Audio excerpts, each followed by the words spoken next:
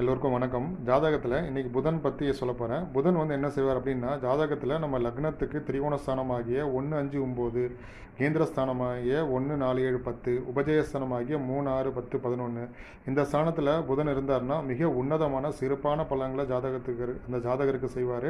நிச்சயமாக அவங்க கல்வியில் வெற்றி பெறுவாங்க, நல்ல ஒரு மேன்மை பெறுவாங்க, அறிவாற்றல் கொடுக்கும். இதெல்லாம் அந்த ராகு கேது சம்மந்தப்படாமல் செவ்வாய் சம்மந்தப்பட்டாலும் அறிவியலில் திறமையாக இருப்பாங்க.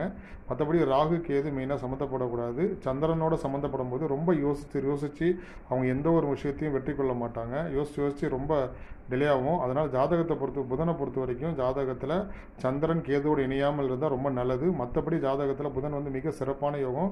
நான் சொன்ன இந்த ஸ்தானத்தில் கேந்திர ஸ்தானத்தில் திரிகோண ஸ்தானத்திலேயோ இல்லை உபஜயஸ்தானத்திலேயோ புதன் இருந்தால் மிக சிறப்பான யோகத்தை அந்த ஜாதகருக்கு செய்வார். 8 பலனில் இருந்தாலும் மத்தியமான பலன் நன்மை